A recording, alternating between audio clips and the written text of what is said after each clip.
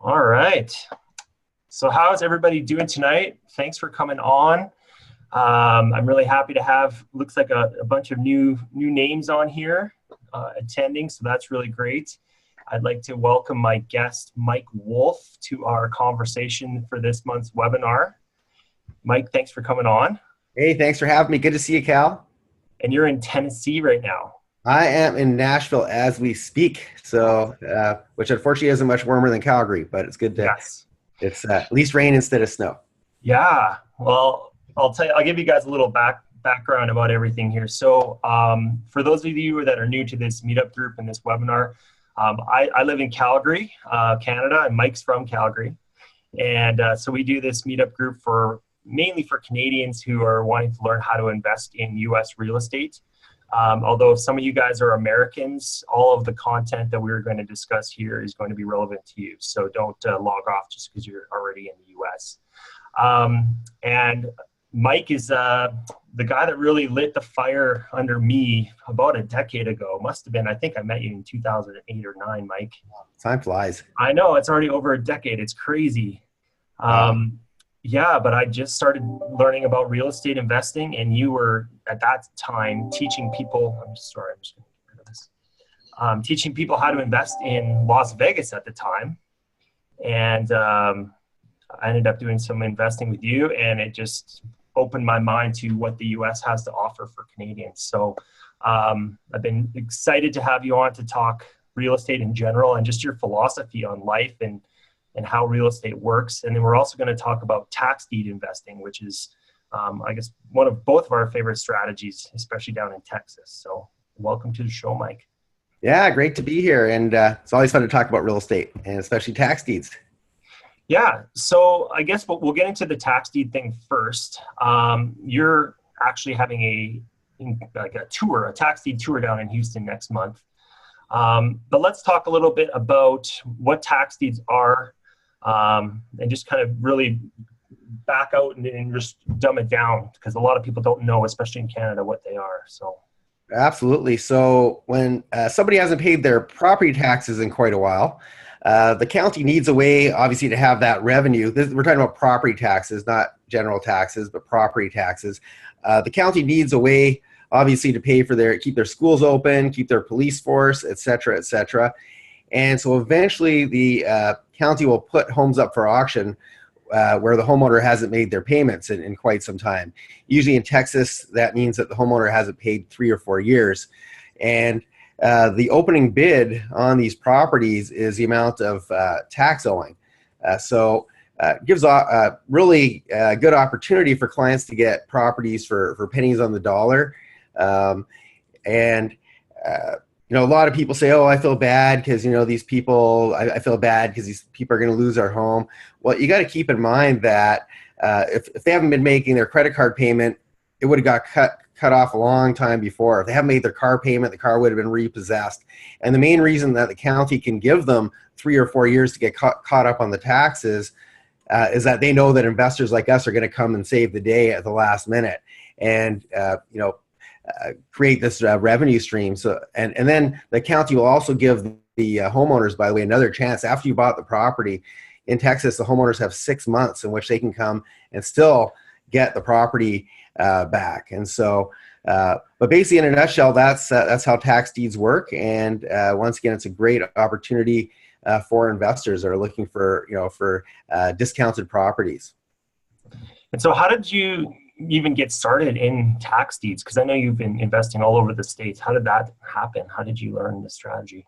Yeah, I didn't even know the first thing about tax deeds till probably I'd say 8 years ago or so. And I had always wondered about them, and a friend of mine was actually doing them. So I basically got him to show me what he was up to, and kind of the rest is history. And it's one of those things that you hear about, and you never know, is it true? Is it false? I wasn't sure. I'd read many books and tried to study them, and there's so much misinformation out there, and so many myths and misconceptions about it. And once I figured it out, I did it for myself for a while. But as you know, I've got I sell a lot of properties turnkey, meaning that I go and I buy them, I fix them, put tenants in place. I have a team that manages them. And then we sell them to investors around the world. And the amount of demand that we have for properties far exceeds what I was able to get at these auctions. So I started to buy properties in bulk in Atlanta instead. And then when I stopped doing the tax deeds myself, I started trainings and started to show, I get calls all the time from people saying, hey, I want to get my first property. I only have a small amount of money. How do I do it? And so I started to teach people, how can you get properties, at these auctions? And so it's been, I think, eight-ish years now, I would say. So why Texas? Because you do this tour, and I just want to say, you don't even do this very regular. People just ask you to put on these tours again. Well, it's kind of funny because I actually stopped doing them when my first grandson was born. When my daughter first got pregnant, I decided, I want to take a bunch of stuff off my plate because my Atlanta turnkey stuff takes up very little of my time. I have teams that do most of the work for me. The training requires my time, and unlike most events that you go to, you can attest that I'm there for my clients after the course is over, and so. I basically just decided to stop doing it just because I wanted to make sure I had the time available for my daughter and my grandkids. And one of my clients who has a really big following got a single family home for $7,200. And he shot a video saying, hey, I want to give a big shout out to my mentor, Mike Wolf, for teaching me how to do this. And I started to get all these people, his fans, calling me up and emailing me saying, hey, when's your next training? And at that time I didn't have a training. So last year I decided to do it for the first time in several years after taking a hiatus from it, and realized how much I love teaching. I forgot how much I had loved teaching. And so I decided, I'm not going to do it 3 times a year like I used to. I'm going to do it once a year. And here we are coming up to the next one. And I'm actually really looking forward to doing it. Yeah, well, I have a deal here, Mike, if you want. This might be kind of fun.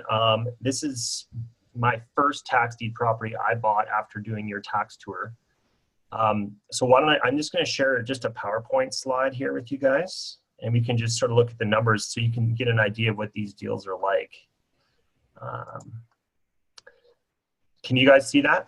Can you see my PowerPoint on the screen there? Oh, there we go. Now I can. Yeah. Okay. So this one is in, I guess, a suburb city of Houston, and in Houston's where you're teaching this tour, Mike. So I took your course and I went through all the steps and all the process that you taught.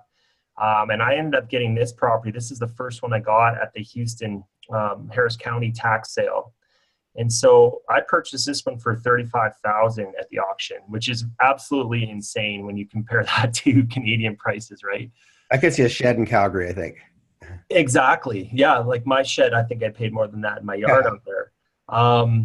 Yeah, so what happened is, we ended up getting this one for $35,000, and as you sort of alluded to, Mike, there's what they call a redemption period where the previous owner can actually pay off what the investor paid for it and get the property back. So we kept this property just as a rental, and we fixed it up, and we had it rented for about 2 years, and then we ended up selling it for $120,000. Put about 45 in. So yeah, this is you don't need a lot of money to buy these houses. And of course, there's also all kinds of property there. So, there are houses that go for way more than this, and there's even commercial property and vacant lots and all kinds of stuff. But this is an example of the kind of deal you can get. I also got one for $11,000 at the tax sale. So those deals are available. I think the important thing also, the thing that I want to commend you on is that home you got isn't the prettiest home I've ever seen. And no. One of the mistakes a lot of people make when they first learn to do the strategy is they go for the really pretty homes. And to me, the prettiest home is one that has the biggest paycheck. And so, a lot of people, they get stuck because they bid on, one of the things that I teach is don't just go after the ones that look really pretty, that look all fixed up and glamorous. Those are the ones that you won't get because they're going to get bid up the most, but go for the ones that, so that's some of the stuff that I'm glad that you took away from the course, is that you go for the stuff that's low hanging fruit. And also you mentioned vacant lots. And I just had a student of mine pick up a raw piece of land for about $4,000, and it should be worth around $25,000. So you can make money with very small amounts of money, especially if you're going after the vacant, the empty lots, things like that.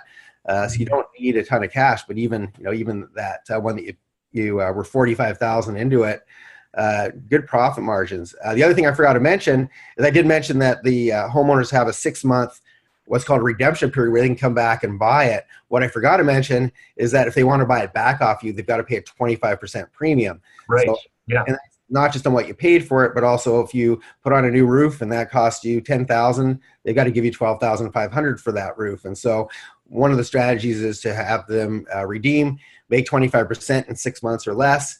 And it's pretty hard to get that return at the bank. I know that much. So.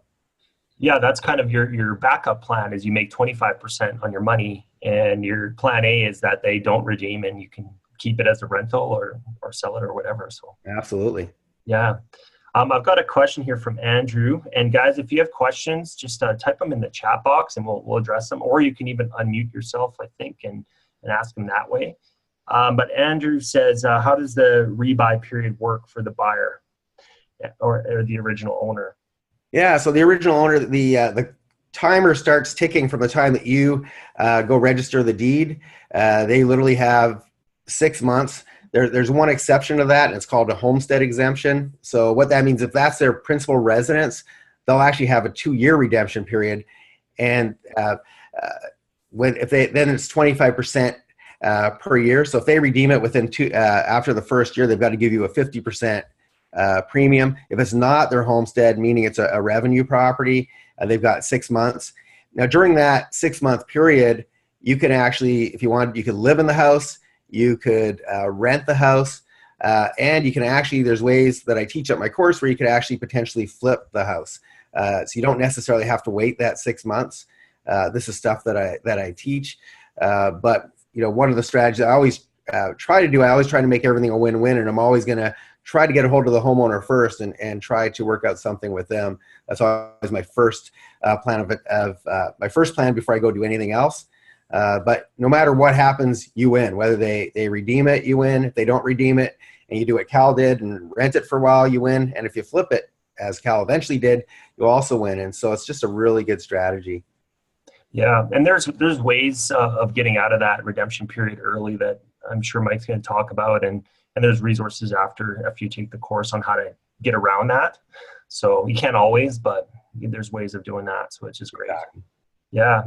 Okay, so we got, do you just show up at the auction with a bunch of money, Mike? This is a question from Joe. Oh my God, yeah. If you want to go home without your money, and so here's the thing: the tax deeds are a great way to get really good deals on properties if you know what you're doing. Now, there's a whole bunch of pitfalls, which is why we spend 4 days teaching you what not to do and how you can avoid some of the pitfalls. So I'll give you one example, and I'm not sure if this was the case when you were on my last training, but sometimes some of the research takes place on the computer, and I mentioned earlier that there's a lot of myths and misconceptions. So I know there's some other courses out there that teach you that you can do this from the safety of your own home. You don't have to, it says, you can go and view the property, Google search the property, look at the pictures. Well, a lot of times when we go and on day 3 of the tour, we actually go on a bus and drive around the city looking at properties. I call it driving for dollars. We go look at properties and evaluate them.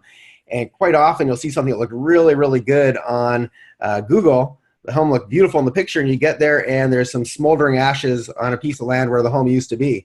And I've seen this numerous times, by the way. And so if you should just show up at the auction, you haven't done, and that's just one of many things that can go wrong. If you haven't done your homework, you're almost guaranteed to lose your money. And so, yes, you do show up at the auction with money after you've done a number of different safety checks to make sure that you're going to turn your money into more money. And so, so that's what the course is all about. It's how do you do the due diligence? How do you pick the right properties? Because not everything on that list.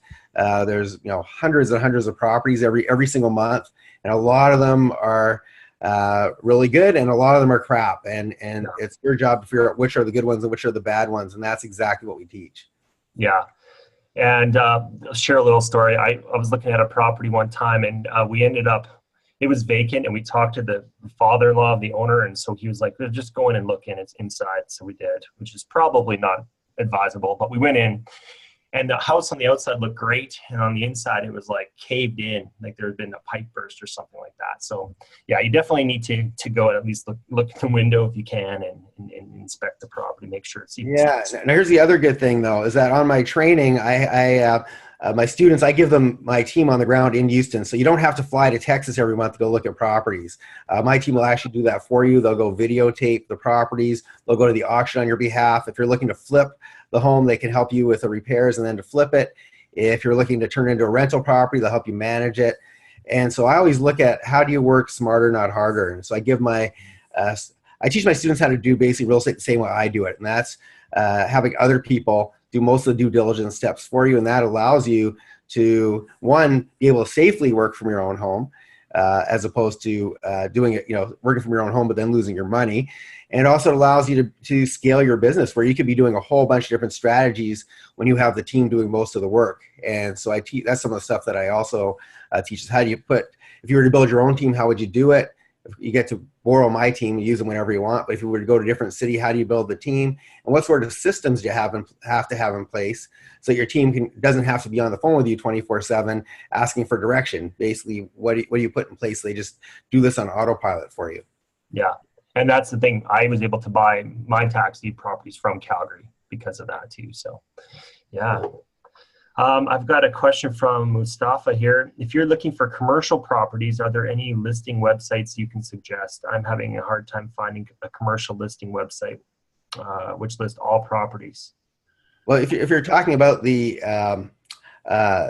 auction in Texas, anything that has a tax associated with it, whether it be residential, commercial, I've seen pubs, I've seen apartment buildings, I've seen anything that has a tax associated with it could potentially end up on the auction block. And so there's several different ways you can find the listings of properties. One of them is a website called publicans.com, Publicans, publicans.com. It'll give you a list of there's several other sites where there's more listings than that, but that's one way.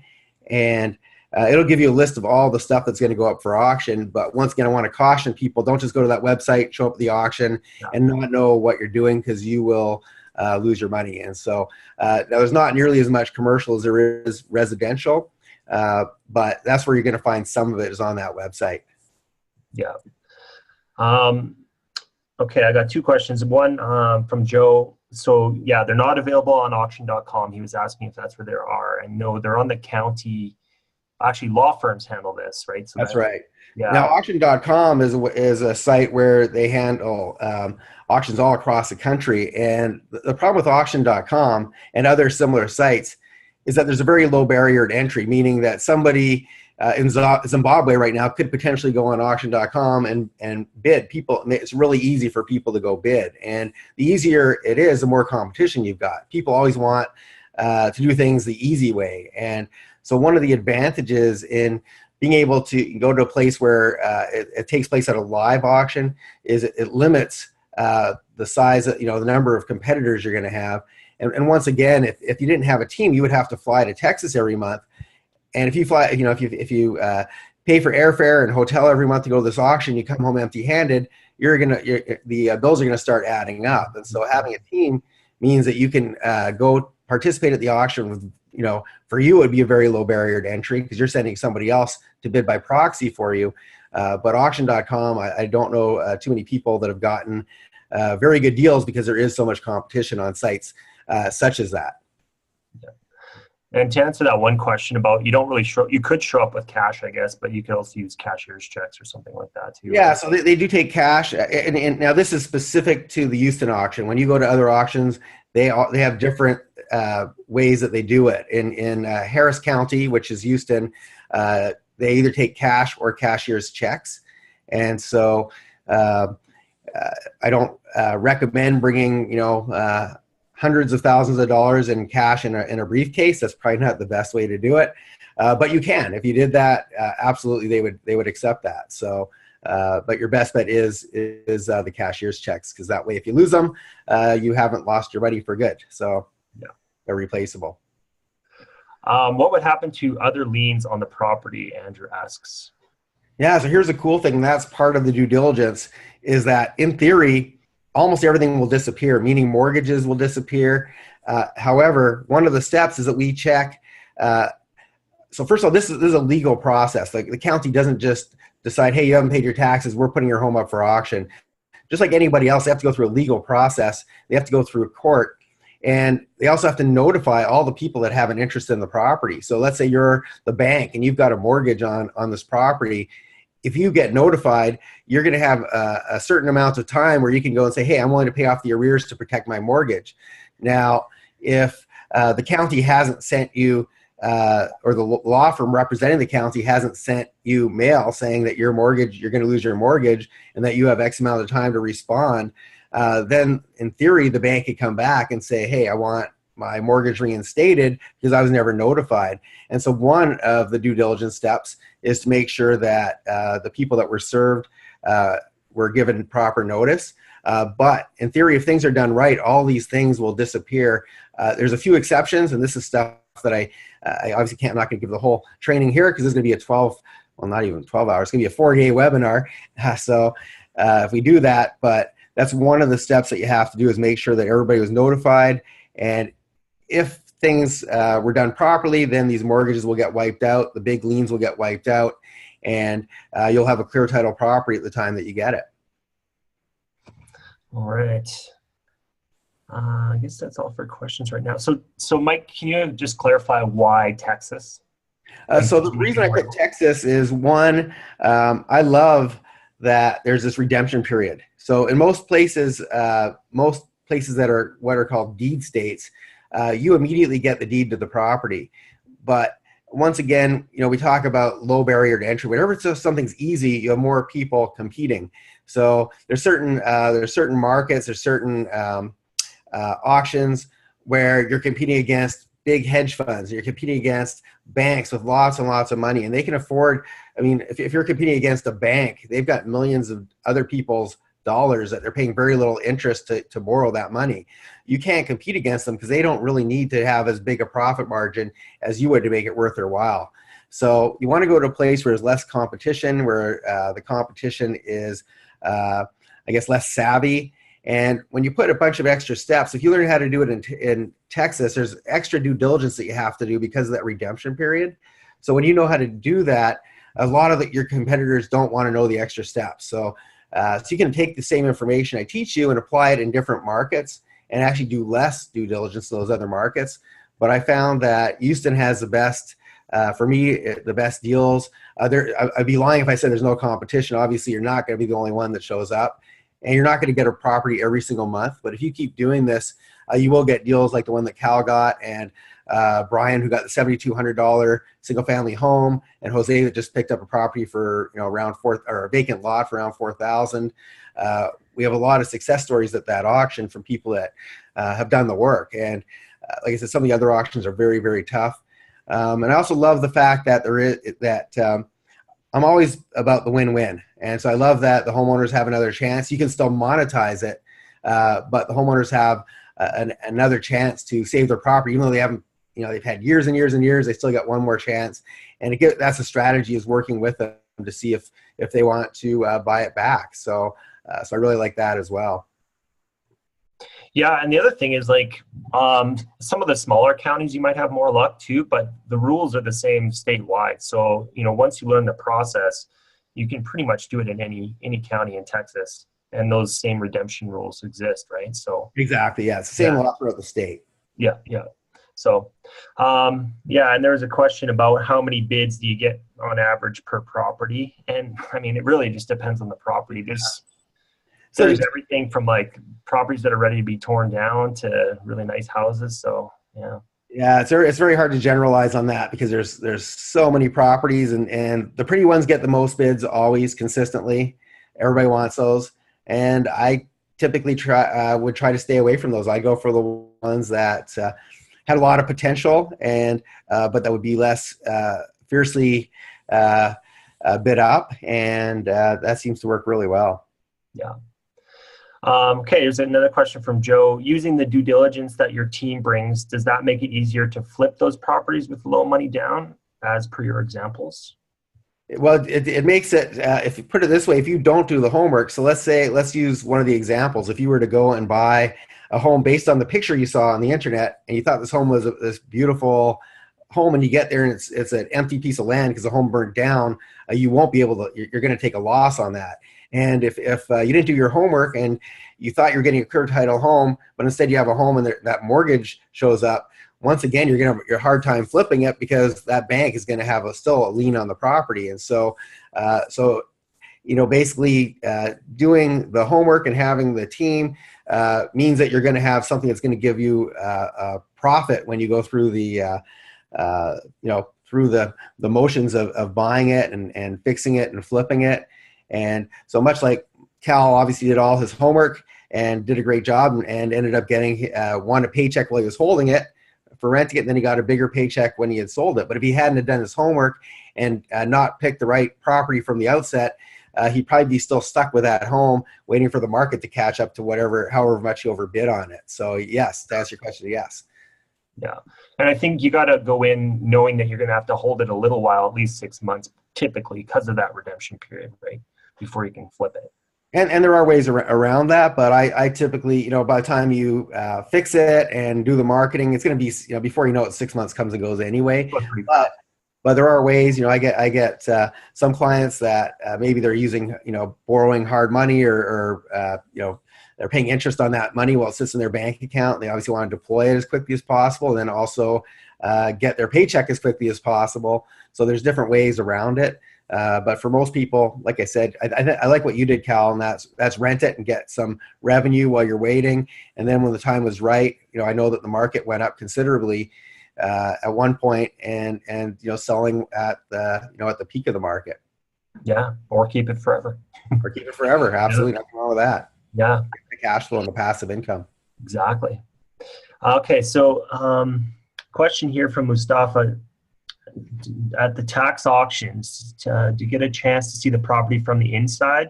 And is there an option period where you can back out or lose the deposit? Okay, so to answer first part of the question, can you see the inside? It really depends on the property. If you go and drive by it, in theory, you're trespassing on somebody's property. So you're going to, when you get to a property, you're always going to use common sense. So you're not going to start breaking, and some people do this. That's why I say it. You're not going to go break the window and climb in. So me personally, when I'm if I was driving around looking at the homes, a lot of times somebody's already been in there before you and the door's wide open. I'll usually, if the neighbor's out, I'll usually talk to them, try to get the backstory on the property first. But whenever easily possible, I will go inside. But it's not like there's an open house where you can just, show up the week before and go inside and take a gander. And I'm speaking specifically right now on Texas. In other places, it may, in other markets, they may do it differently. And I remember, what was the second part of that question? There was a second part. Is there can you put a deposit down and back out if you realize the property is not what you think it is? Yeah, so here's the thing. You need to do your homework before you go to the auction or before my team goes to the auction for you, because there is no deposit. You're paying in full. If you're the high bidder, you immediately go pay right then and there. You can't say, hey, I'm going to go to my bank, I'll get you the money, or I want to make it conditional to getting financing. None of that. You're paying cash in full at the time that you win that bid, and there's no recourse, which is why if you bought that property thinking it's beautiful and the home is burnt down, you're buying it as is. What you see is what you get, and that's why it's so important to do all your homework before you go to the auction and bid, or you, like I said, you will lose your money. It's simple as that. Yeah, and you've got a really good process as far as making sure your bids are safe. So you're accounting for possible problems you don't see, right? Right. Well, I give people a very specific blueprint that you go through, and we're determining your maximum bid that you're willing to go to at the auction. We're accounting for the unknown. So if we can't see inside a house, I'm going to assume the worst case scenario, and I won't bid. And so if I get in there and it's not the worst case scenario, that just means more profit if I win that property. But I'm never going to take a chance to say, well, I think it's going to be good. There's no emotion. There's no guesswork. It's all about, if I'm going to do this, I want to guarantee a profit no matter what happens when I open that front door. If a bunch of water comes pouring out on me, or it's all been burnt down inside, I'm still going to make a profit, because I'm always going to err on the side of caution. And it's very important I would rather come home empty-handed than come home with the wrong property. And a lot of people will go to these auctions and think that they need to win. And they think winning is coming home with a property. Winning is coming home with a property that's going to make you a profit, or coming home with all your money intact. That's winning. Losing is getting a property just for the sake of getting a property. Absolutely. All right.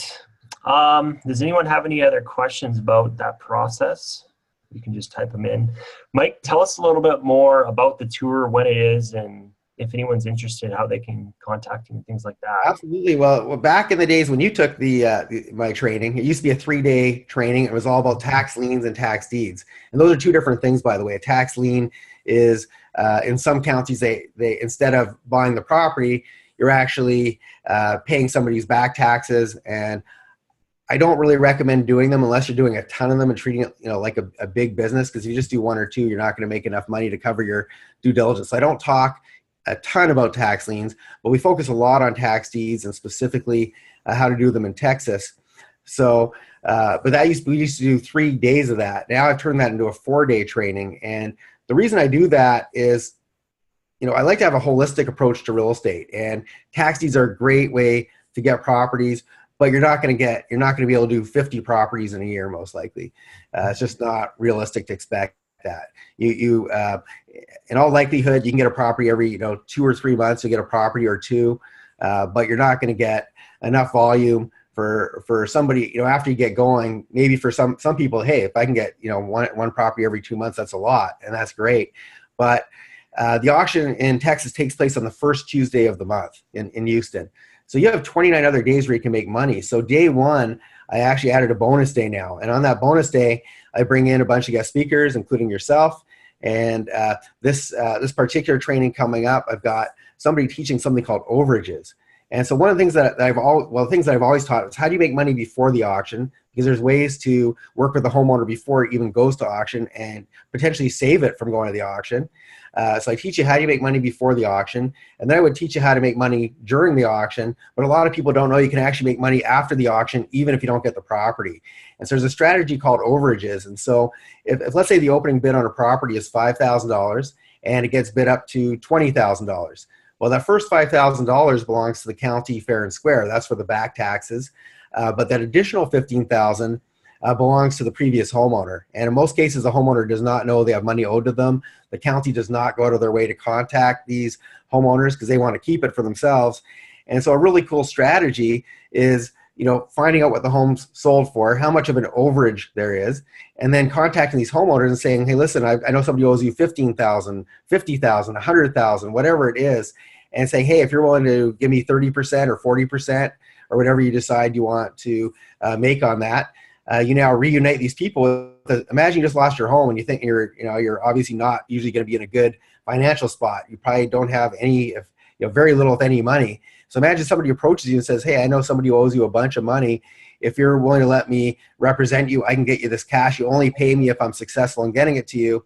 Will you let me represent you? Of course, who's going to turn down free money that you weren't expecting?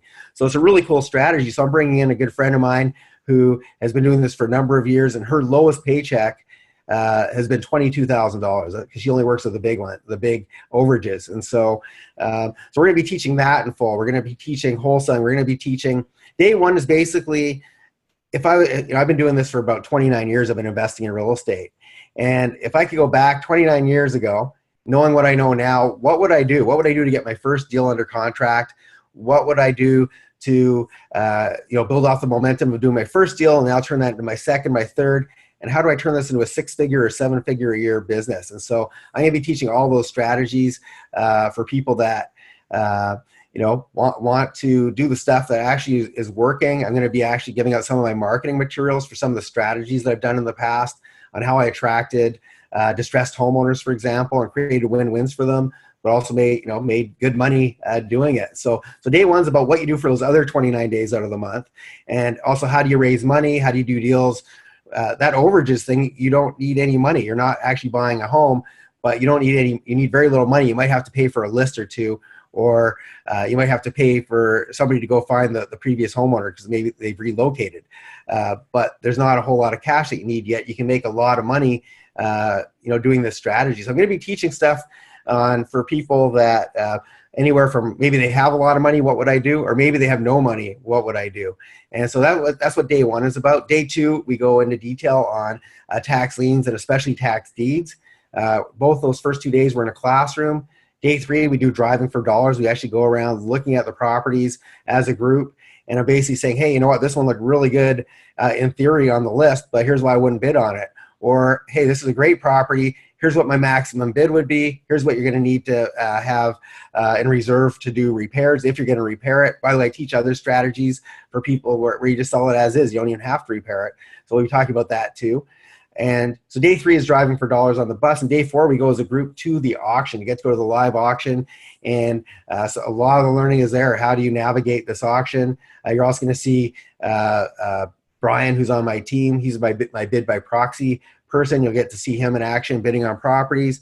And you as a student will be in a position to bid on properties too, because by then you'll have had all the training, all the due diligence. You'll know exactly what you're doing. And now you'll actually see the auction and see how it works firsthand. And by the way, at this auction, they don't just have tax deeds. They also have a foreclosure auction going on at the same time. So we talked a little bit about that. How do you participate in that auction? So that's 4 days of training. If anybody's interested, you'll put a link out there, I'm sure, for me, but it's, or you can, should I give my email or should I? However you prefer. Yeah, I could share either one, Mike. Okay, well, just email me at info@mikewolfmastery.com. And it's wolf just like the animal, info@mikewolfmastery.com. And just let me know that you saw this with Cal, and we can get on a call and I'll give you more information as to how this works, and hopefully love to have you there. It's March 2nd through 5th, takes place in Houston, Texas. And one of the things that's cool is that unlike other trainings, I keep them very, very small. I never bring more than 20 people on the training. And you're going to get access to my teams indefinitely, and you get access to me. I always say for a year, but that's only if I get somebody who I don't like working with. You actually get access to me forever. Once you're in my family, I'm happy to help you. And so after the training's over, you're going to have my phone number. You're going to have my email address. I can look at the deals that you're looking at bidding on. If you're stuck on a certain strategy, you don't know how to do it, I'm here to mentor you and help you through it. And Cal still, I mean, we met, 10 years ago, and Cal still reaches out to me. I made it past that 1 year, I guess. Yeah, you went beyond your 1 year for sure. But I love, I'm very passionate about real estate. I still love it after all these years. And to me, talking about real estate does not bother me in the slightest. It doesn't, I sometimes have to pinch myself because I feel like I haven't had a job my entire life because I love what I do so much. It really feels like I haven't done a day's work in many, many, many years, luckily. So, so I love to teach other people and walk them through it so they have success. And, it breaks my heart when I see people take my training and they don't do the work and they turn into shelf help instead of, using this to change their financial future. But I make it really easy. So if you lose your motivation or if you forget something or you're fearful, you just reach out to me and I will get you back in action. Well, yeah, I mean, to be honest, Mike changed my life. I've done 3 tours with Mike, back starting in Las Vegas in 2009. And then I did this tax deed tour, and this will be my 3rd time doing it with or attending, but it's so much fun. First of all, like just driving around in that bus and getting to view properties the way Mike and his team do, and just picking their brain on, they see things that you're just not going to see when you're new. And then just learning the process and being at the auction and just seeing it all in action. And then that first day is so cool. Like that Overages thing, Mike, when we did it last year, she only kind of just scratched the surface. So that's amazing that she's going to go through the whole process this time. Yeah, well, this time I've hired her to do the whole thing. So I was very impressed, and I want to learn it myself. So I'm actually, I've hired her to just hold nothing back, teach the entire course. And I believe she's also going to give my students her online training as well. Amazing. And really what we're looking for is we're looking for some success stories. We want the students to actually go do the work, give testimonials, because we're actually going to turn this into a full-blown, 2 or 3 day training in the future where I'm going to be co-hosting it with her once I've done some myself. And so the students this time get a really nice bonus. And that, like I said, there's going to be a course in itself. And that's worth the price of admission right there, let alone all this other. Yeah. Yeah. Awesome. I got a couple more questions here, Mike, that have come in. Well, here's a comment from Sanj. He says that there's another great website, countytaxsaleapp.org, shows Harris County properties and owner info. So that might be a cool resource to look into. Hmm. Joe's wondering if the course is available in Calgary. I won't teach it in Calgary, and the reason for that is we don't have tax deed auctions in Calgary, or when we do, in Canada, the biggest problem, well, it's not really a problem, but CMHC basically mandates that they can't sell properties that are in foreclosure, for example, at deep discounts, especially because they're trying to protect their mortgages. And so usually there's very few. First of all, there's very few properties. Most of the times, the banks in Canada, because our homes are so expensive and the mortgages are huge. So imagine you're in Houston and you got the homes are a lot cheaper. You have a $70,000 mortgage. You might be willing to walk away from that as opposed to going through the legal process and cashing up arrears and all that. It might not be worth your time or money to do that. Now, if you're in Calgary and you have a $500,000 mortgage, imagine you're in Vancouver and you have $1 million mortgage, you're not going to let somebody lose their property over $4,000 or $5,000 in taxes. As a bank, you're gonna pay that and save save your mortgage. So in Canada, it's very difficult to do this strategy. It's very easy to do it if you're doing it in Texas with my team, but it's not. You're not going to be able to go to an auction in Calgary and just pick up a good deal. And I could teach you how to do it in Calgary. I could teach you the do's and don'ts, but there's a whole lot of value, and Cal will tell you there's a lot of value in driving around, looking at the properties and analyzing them. And so I could teach you in theory how to do it, but you're going to get a lot more. It's worth the flight to Texas to learn how to do it. And so I do trainings occasionally in Calgary on other topics, but tax deeds I always do right where we can go drive around the homes that are actually going to go for auction, and then go to the auction as a group, because there's a lot of value in that. And so to answer your question, no, I'll probably never teach it in Canada, but I get a whole lot of Canadians that come down to Texas and learn how to do it properly. So. Yeah, it just wouldn't have the same value if you did it here, because you can't see the houses, right? Well, then I feel like I'm teaching theory, whereas in Houston, I can teach the theory, and then we're also doing the lab part where you get to actually be hands-on. And that's, to me, a much more holistic approach. And learning something in theory means that you're going to be book smart, but you're probably not going to make money.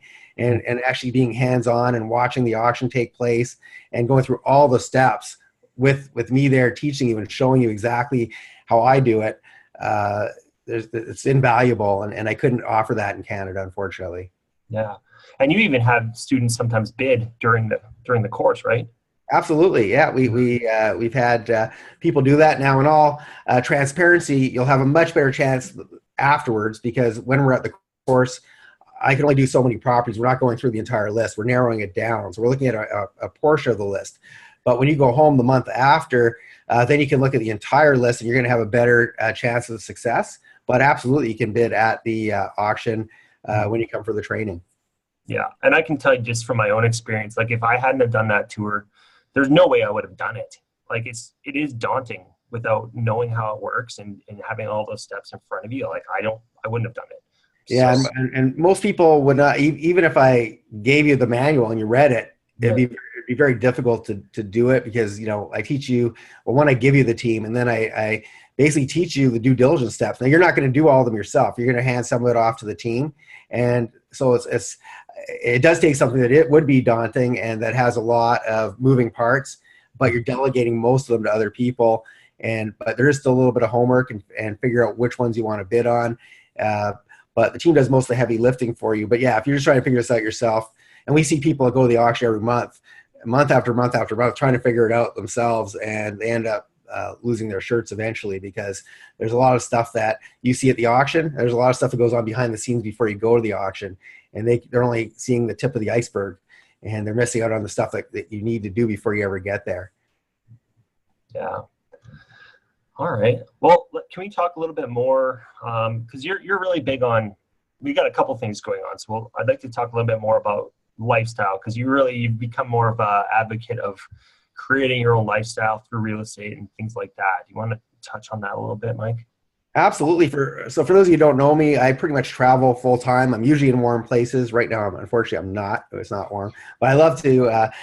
So I kind of divide up my time. I spend. I divide it up between time with my daughter, my grandkids, time, I do a lot of volunteering and give back and humanitarian stuff. And then I do a lot of just vacationing and recharging the batteries. My businesses run a lot on their own because I use teams for almost everything. I have a lot of systems in place. And so one of the things that has changed over the years is back in the old days, I used to teach people, here's how you make more money. And making money is great. And having more money obviously helps give you freedom. However, it's not the whole, not everything. You could have $1 million in your bank account. You could have $10 million in your bank account. You could have $1 billion in your bank account and still be miserable. And I know people like that, unfortunately. So in my courses, I offer a lot of, I talk a lot about personal development. How do you create happiness? How do you create freedom? How do you be fulfilled? I was just talking to a buddy of mine. I was just in Vegas the other day, and I was with a good friend of mine who did some really big seminars and just really impressed with all his achievements. And he told me, Mike, I feel depressed and I feel sad. And he's trying to figure out what lights him up now. Because sometimes when you get the money, you think before you had the money, you thought that's what's going to light you up. And when you finally get it and now you're still not happy, it's like you don't know what you're supposed to do now. When you don't have the money, at least you have something to look forward to. But when you have the money and you're depressed. So I talk a lot about that. And so we kind of talked in confidence about fulfillment. And that's why I do a lot of volunteering, giving back, because that's what lights me up, and hanging out with my grandkids and having a bigger purpose than just going and making money all the time.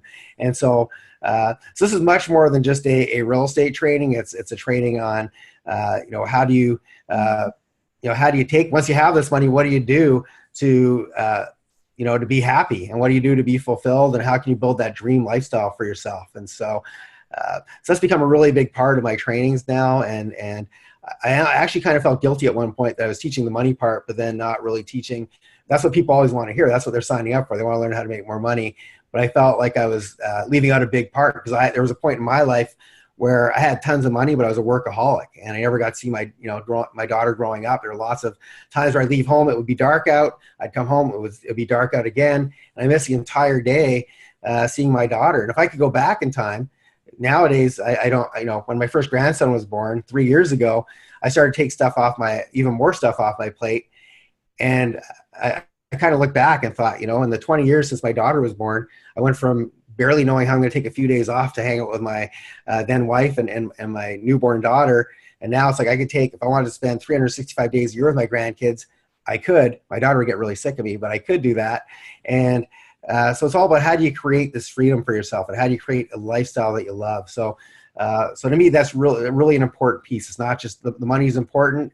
You can't have, if you have no money, you can't be nearly as giving as you'd like to be. You can't have your time freedom. But a lot of people become workaholics chasing money. And so I teach them, how do you do this using teams, using systems? How do you get your life back? And what do you do with that time once you got it? So I'm glad you brought that up, actually. So if you don't mind me asking, what have you found? What is happiness to you? What makes you happy? Like, have you found that out? Because you said you chased money for quite a while, but what is it to you? Well, to me personally, it's making a difference, being able to help other people, whether it be, financially or, I've a couple of years ago, I went to an island called Vanuatu, and they had got hit by a hurricane, and they had no clean drinking water. And so a group of entrepreneurs, including myself, went and brought them water filters. And when you go and do something like that, or, after Hurricane Katrina, I went to New Orleans and we bought, did you come on my New Orleans tour ever? I never got to, but I never got to. Oh, too bad. So back in the day after Katrina, I went there and we bought a bunch of homes, and it was a humanitarian project. We fixed them up and brought a bunch of people back that got displaced by the storm. And, I like to do things like that because it makes you really grateful for what you've got. Like when you go to somewhere where they don't have clean drinking water, and all of a sudden you bring something that gives them clean drinking water, you never again look at a faucet when you turn it on and clean water, and it magically comes out. It's clean water. You don't look at it the same way. It gives you gratitude, and so things like that really light me up. Being a grandfather really lights me up. Traveling, I really love sunshine. When I'm somewhere where it's cloudy all the time, or rainy, or snowy, or cold, after a while, I feel like I think the best word is I feel almost like lethargic and lazy, and when I'm in the sunshine, I feel like I can conquer the world. And so I always put myself in my happy places, but it's not all just sitting there on the beach. Being a beach bum is fun for a few days, but it's also going and doing give back. And like I said, I kind of have it divided up. Those are my three main things, my family, travel for fun, and giving back. And when you have that in the right proportion, at least for me, I found that really lights me up. And people always say, Mike, you're always smiling. And that's why, because no matter where I'm at, if I'm doing one of those three things in the right balance, like if I'm volunteering, for example, somewhere, I never say, oh, today's my day to volunteer. I wish I was at the beach. I don't look at it that way, because I know if I was at the beach every single day, I wouldn't be happy. It gets old really fast because your brain starts to turn to mush. If I volunteered every single day for the rest of my life, didn't take time for my family, then I feel like, well, I'm out of alignment. I'm not, I'm helping these people, but I'm not even helping my own family. And if I hang out with my grandkids all day long, eventually you need to be near adults once in a while. And so it's all about finding that balance in life and doing what lights you up. And then also, I think, helping other people, lifting other people up with you and showing them what's possible and inspiring them. And that's why I love, last year, like I said, I did the training for the first time in a number of years, but I added a lot of personal development, which I hadn't really done much of in the past. And it was so fulfilling to me to do that training again. And I plan on doing that just as a one-time thing, but I realized how much I loved teaching it. And I kind of maybe see that in my future as maybe teaching a lot of personal development, not just the real estate stuff, but a lot of personal development stuff, because that really was fun for me. So that's kind of my life in a nutshell. But one of the exercises I give my students is figure out what lights them up, because maybe not everybody loves to travel as much as I do. Not everybody, maybe you don't have a family. Maybe, there's a whole bunch of different things that might light you up, and it's how do you get those things that make you happy and that make you feel fulfilled, and also really diving deep, because a lot of times when I was younger, the reason I chased money is I thought that was a secret to happiness. I thought once I got the money and I have the big house and the fancy car, that would make me happy. Well, I did have the big house and the fancy car, and I wouldn't say I was miserable, but I always felt like there was something missing. And you buy these a lot of these things to me are looking back now. I'm kind of a minimalist now,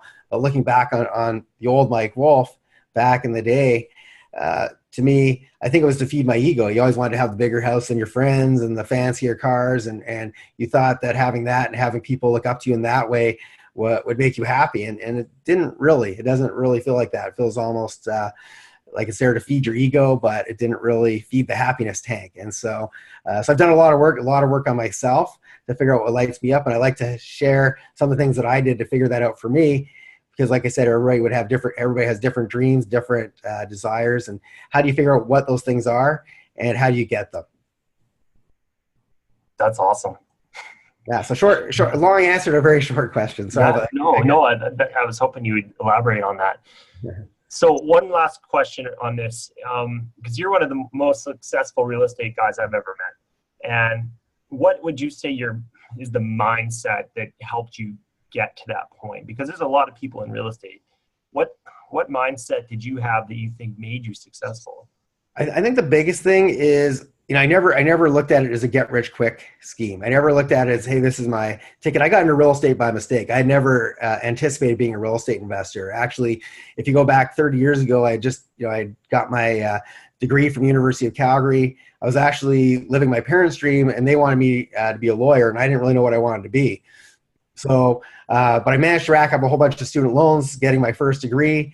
The short version is I got a job at the phone company, qualified for my first mortgage to buy my first home, and then bought my first revenue property. And luckily enough, the market in Calgary took off a couple years after that. And all of a sudden I was sitting on some equity, paid off my student loans, and realized, hey, I made more money owning this real estate than I did going to my job. And that was the first time in my life that I kind of had a passion for, I knew what I wanted to be when I grew up. And so led me on this journey where, going from being a starving university student and studying long hours and not getting paid for it, and then working at the phone company, which paid okay, wasn't great, but it was okay. I had gratitude for the fact that I had this, now I was getting paid instead of, studying all the time and being broke. And when I got into real estate, I didn't have this thing saying, oh, I got to become a millionaire in, a year or less. Or it was all about, hey, if I could just make my own schedule and make the same as I make at the phone company, I'd be ecstatic just to do that. And so I always had realistic expectations. So I started off with, at the ground level like everybody else does, and had by fluke some successes. Then I managed to lose a lot of that money on the next couple of deals because I didn't really have a strategy, but I just knew I wanted to be a real estate investor, and just kind of kept getting back up. Every time I would fail, I would get back up. And if I knew then what I know now, I would have hired a mentor much earlier on, but I didn't. And but I was young enough that I could rebuild. Every time I took a loss, I thought, oh, well, I'm used to being broke anyway, so. But each time I would learn a new skill. I learned something that didn't work. And so I think that's really been my biggest success, is that I don't give up, because I did not, I burnt the bridge. I quit my job at the phone company, and I told my mother I wasn't going to go back to school to be a lawyer, and she's still kind of pissed.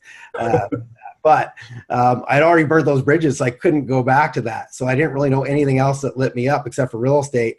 And so I knew if I failed, I would just have to get back up and do it again, just do it differently. And so that's really the, my biggest reason for success, in my opinion. And also just over time learning, working on myself, doing the personal development stuff, because like I said, there was a time where I figured out the money piece, but I wasn't that happy. I wasn't seeing my daughter, and I was working, 12, 14-hour days. I was doing something I liked, so it didn't really feel that bad because I was passionate about what I did. And I preferred working 14-hour days for myself than 8 hours for the phone company, but I didn't really have a life. And so, over time, just figuring out, how do I build teams? How do I put systems in place so I could step back?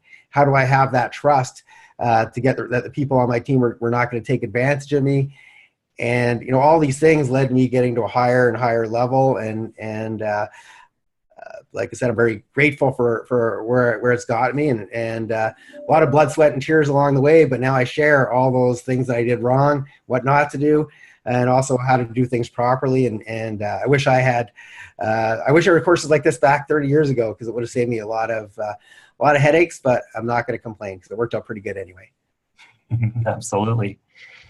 Well, that's awesome, Mike. I guess we're getting close to 9 o'clock here, so we'll wrap it up. If you guys need or would like to look into Mike Wolf a little bit more, I'm going to leave Mike your website. Is that cool if I share? Yeah, thank you. Yeah. MikeWolfMastery.com, right? Yes, and if there's a link on there, if you specifically want to learn about tax deeds, there's a link for that. And I also do turnkey properties for people that don't want to be full-time real estate investors, but want to invest in real estate where I've done the work for you. So that's another option. I'd like to talk about that in another webinar in the future. Absolutely, anytime. Yeah, absolutely. Okay. Yeah, guys. And then I will share Mike's email address underneath this video as well, if you're interested in attending the upcoming tax deed tour.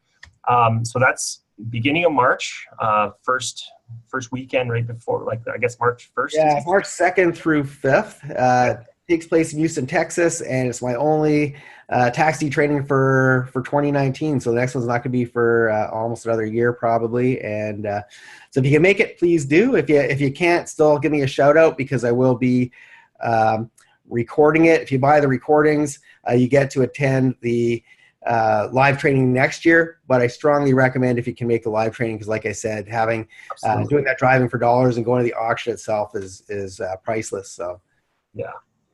Awesome. All right, guys. And for all of you that are members of the U.S. Real Estate Investing for Canucks meetup, our next event is the first Wednesday. So it's basically 2 days after Mike's, or 1 day after Mike's tour. We're going to be meeting at the University of Calgary, and I'm going to be speaking about owner financing. And that is a really good strategy, I think, for tax deed properties. So they kind of fit hand in hand as well. So we're going to be talking about owner financing in the States. Next, I guess it's the first Wednesday of March. So I'll be sharing some info on that as well. So Mike, thank you so much. Super happy that you're able to share your time. I know you're down in Nashville and you got lots going on there. So I appreciate you giving us an hour tonight. Thank you for having me. And it's always good to see you, buddy. And can't wait to see you in Houston. Yeah, man, I'm excited to get down there. It's coming fast. So I know it's going to be fun. We're going to have a great time. Yeah. Well, we'll see you then. Sounds good, buddy. Thanks, guys. Appreciate you coming on. Have a good night.